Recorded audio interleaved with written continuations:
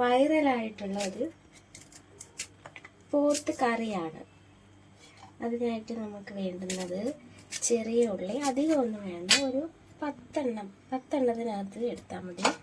പിന്നെ പച്ചമുളക്, ഇഞ്ചി, വെളുത്തുള്ളി, ചെറിയ ഒരു കിഴങ്ങെടുത്തിട്ടുണ്ട്.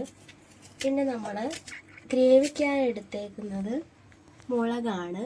മുളകും മല്ലിയും കൂടി ചൂടാക്കി അത് നമ്മൾ മിക്സിയിലിട്ട് നല്ല പേസ്റ്റ് പരുവത്തിലാക്കി എടുത്തിട്ടുണ്ട്. നമ്മുടെ പോത്ത് ഇവിടെ കുക്കറിലിട്ട് 2 വിസിൽ കേൾപ്പിച്ച് വെച്ചിട്ടുണ്ട്.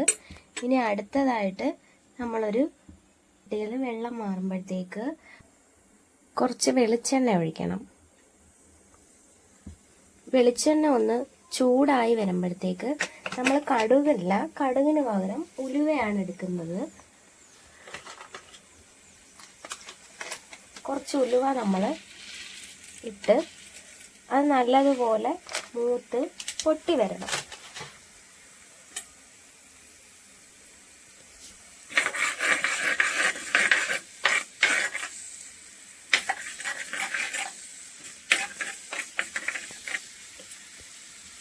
നല്ല പുതിയ ചട്ടി, അതാണ് ഇത്ര പതഞ്ഞ് വരുന്നത്. വെള്ളം മാറുമ്പോഴത്തേക്ക് ഈ ഉലുവ പൊട്ടി വരും.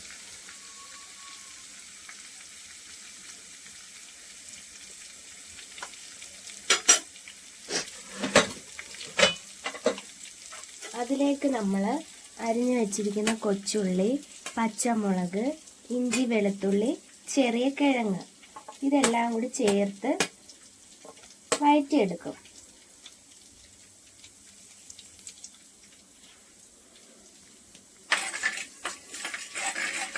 ഉലുവ നന്നായിട്ട് മൂത്ത് പൊട്ടണം, ഇല്ലെങ്കിൽ നമുക്ക് ചെറിയൊരു കയർപ്പ് തോന്നും.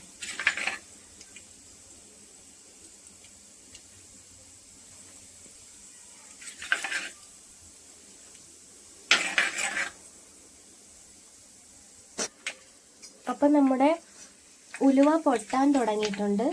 കുടുകുടാ സൗണ്ട് കേൾക്കുന്നുണ്ടോ? ഉലുവ നല്ലപോലെ മൂത്ത് പൊട്ടി വരുന്നുണ്ട്. അത് പൊട്ടിയതിന് ശേഷം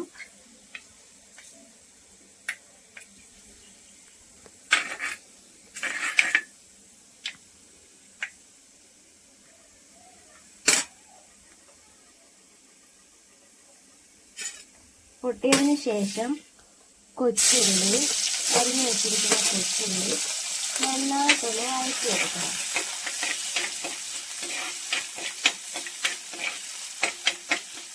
കൊച്ചുള്ളി ഏകദേശം ഒന്ന് വഴണ്ട് വരുമ്പോഴത്തേക്ക്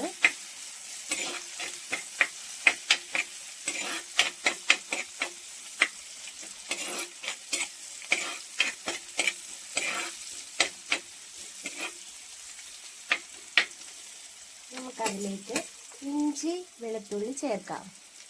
ഇഞ്ചി വെളുത്തുള്ളി നമ്മൾ കട്ട് ചെയ്ത് വെച്ചിരിക്കുന്നത് ചേർക്കാം. അത് രണ്ടും കൂടി നന്നായിട്ടൊന്ന് മൂപ്പിച്ചെടുക്കണം. ഒരുപാടൊന്നും വേണ്ട കേട്ടോ, ഒരു 10 കൊച്ചുള്ളി മതി. പിന്നെ കുറച്ച് ഇഞ്ചി, ഒരു 4-5 അല്ലി വെളുത്തുള്ളി, ലേശം ഉപ്പും കൂടി ചേർത്ത് കൊടുക്കണം കേട്ടോ. അപ്പോൾ പെട്ടെന്ന് നമുക്കിത് വഴണ്ട് വരും. ഞാൻ ലേശം ഉപ്പ് ചേർക്കുന്നുണ്ട്.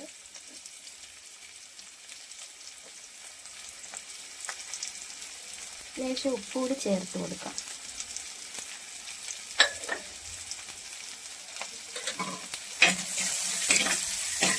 നമ്മളിവിടെ കിഴങ്ങ് എടുത്തിട്ടുണ്ട് കേട്ടോ. കിഴങ്ങ് പക്ഷേ ചെറുതായിട്ടൊന്ന് വഴറ്റിയിട്ട് നമ്മൾ വെള്ളം ചേർക്കുമ്പോൾ ആ കിഴങ്ങ് അങ്ങ് വേവും.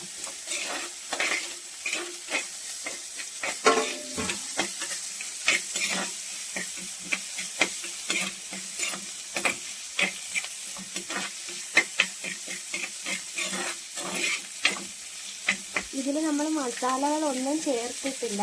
നമ്മൾ എടുത്തിട്ടുള്ളത് വറ്റൽമുളക്, ഏകദേശം ഒരു 10 വറ്റൽമുളക്, ഒരു 5 സ്പൂൺ മല്ലി, അതായത് പൊടിക്കാത്ത മല്ലി. ഇത് രണ്ടും കൂടി മിക്സ് ചെയ്ത് നമ്മൾ ചൂടാക്കി മിക്സിയുടെ ജാറിലിട്ടൊന്ന് പൊടിച്ചെടുത്ത് ഒന്ന് പൊടിഞ്ഞതിന് ശേഷം നന്നായിട്ട് വെള്ളം ചേർത്ത് പേസ്റ്റ് രൂപത്തിലാക്കിയെടുക്കണം.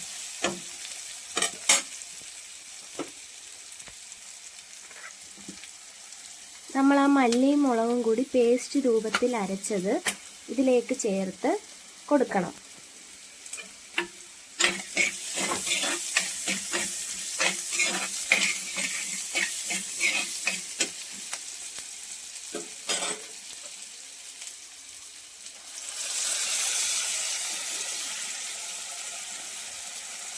മല്ലിയും മുളകും കൂടി അരച്ചത് ചേർത്ത് കൊടുക്കുകയാണ്. ശേഷം കുറച്ച് വെള്ളം ഒഴിക്കണം. എല്ലാം കൂടി ചേർത്തൊന്ന് മിക്സ് ചെയ്ത് വരട്ടിയെടുക്കണം. ഇതിൽ നമ്മൾ മസാല ഒന്നും ആഡ് ചെയ്തിട്ടില്ല. ബീഫ് നല്ല രീതിയിൽ ഗ്രേവിയുടെ കൂടെ സെറ്റായി വന്നതിന് ശേഷമാണ് നമ്മൾ മസാലപ്പൊടിയും കുരുമുളകും കറിവേപ്പിലയും തൂകി സെറ്റ് ചെയ്തെടുക്കുന്നത്.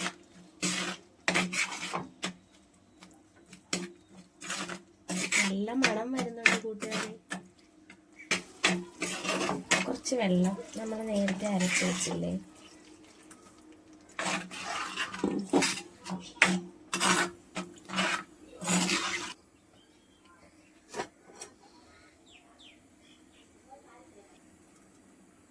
അതിലേക്ക് നമ്മൾ കുക്കറിൽ 2 വിസിൽ കേൾപ്പിച്ച് വേവിച്ച് വെച്ച ബീഫ് ചേർത്ത് കൊടുക്കാം. ബീഫല്ല പോത്ത് ചേർത്ത ശേഷം നന്നായിട്ട് മിക്സ് ചെയ്ത് കൊടുക്കാം.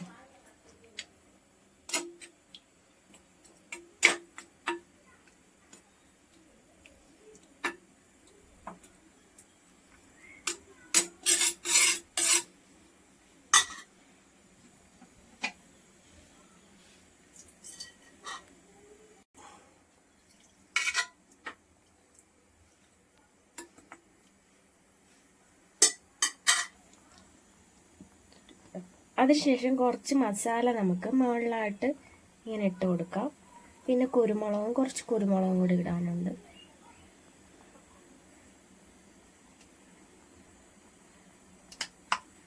മസാല ഇട്ടു.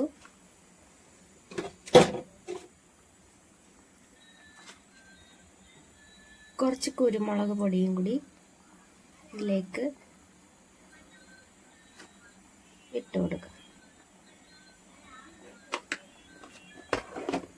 ഇനി കുറച്ച് നേരം നമുക്ക് അടച്ച് വെച്ച് വേവിക്കാം. വേവിച്ചെടുത്തതിന് ശേഷം നന്നായി ബീഫ് വരണ്ട് മസാലയൊക്കെ പിടിച്ച് വരും. നമുക്ക് അടച്ച് വെച്ച് വേവിക്കാം ഒരു 10 മിനിറ്റ്. ലോ ഫ്ലെയിമിലാണ് നമ്മൾ വേവിച്ചെടുക്കുന്നത്. ബീഫ് കറിയിലേക്ക് ഇടാൻ വേണ്ടി കുറച്ച് തേങ്ങാക്കൊട്ടെടുത്ത് വെളിച്ചെണ്ണയിൽ നന്നായിട്ട് മൂപ്പിക്കണം. ബീഫ് കറി എല്ലാം റെഡിയായി ചട്ടി മാറ്റി വെച്ചിരിക്കുകയാണ്. ഇനി അതിലേക്ക് നമുക്ക് കുറച്ച് തേങ്ങാക്കൊട്ട് വഴറ്റിയെടുക്കാം. തേങ്ങാക്കൊത്തൊന്ന് മൂത്ത് വരണം.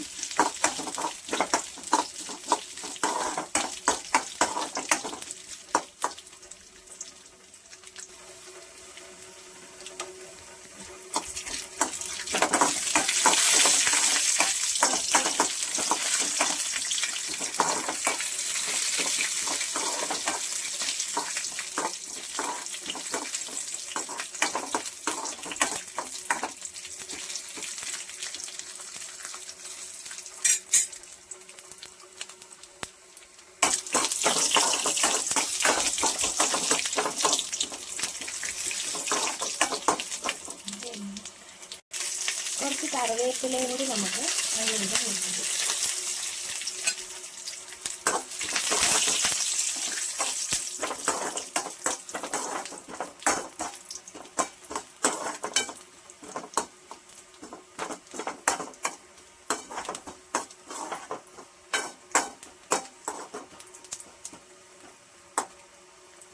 ഇവിടെ തേങ്ങ നന്നായിട്ട് മൂത്ത് വന്നിട്ടുണ്ട്. ഇനി നമ്മുടെ ബീഫിലേക്ക് ഒഴിച്ചു കൊടുക്കാം.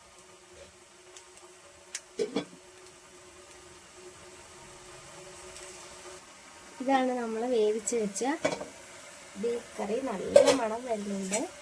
അതിലേക്ക് നമുക്ക് കുറച്ച് തേങ്ങാക്കൊത്തും കൂടി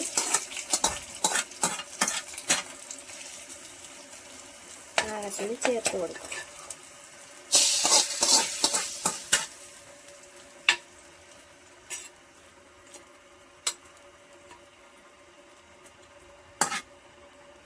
ഇതാണ് നമ്മുടെ വൈറൽ ബീഫ് കറി. അപ്പോൾ ഇതാണ് നമ്മുടെ വൈറലായിട്ടുള്ള ബീഫ് കറി. ഇതെൻ്റെ പുതിയ ചാനലാണ്. ഇഷ്ടമായ എല്ലാവരും ലൈക്ക് ചെയ്യുക, സബ്സ്ക്രൈബ് ചെയ്യുക, കമൻ്റ് ഇടുക.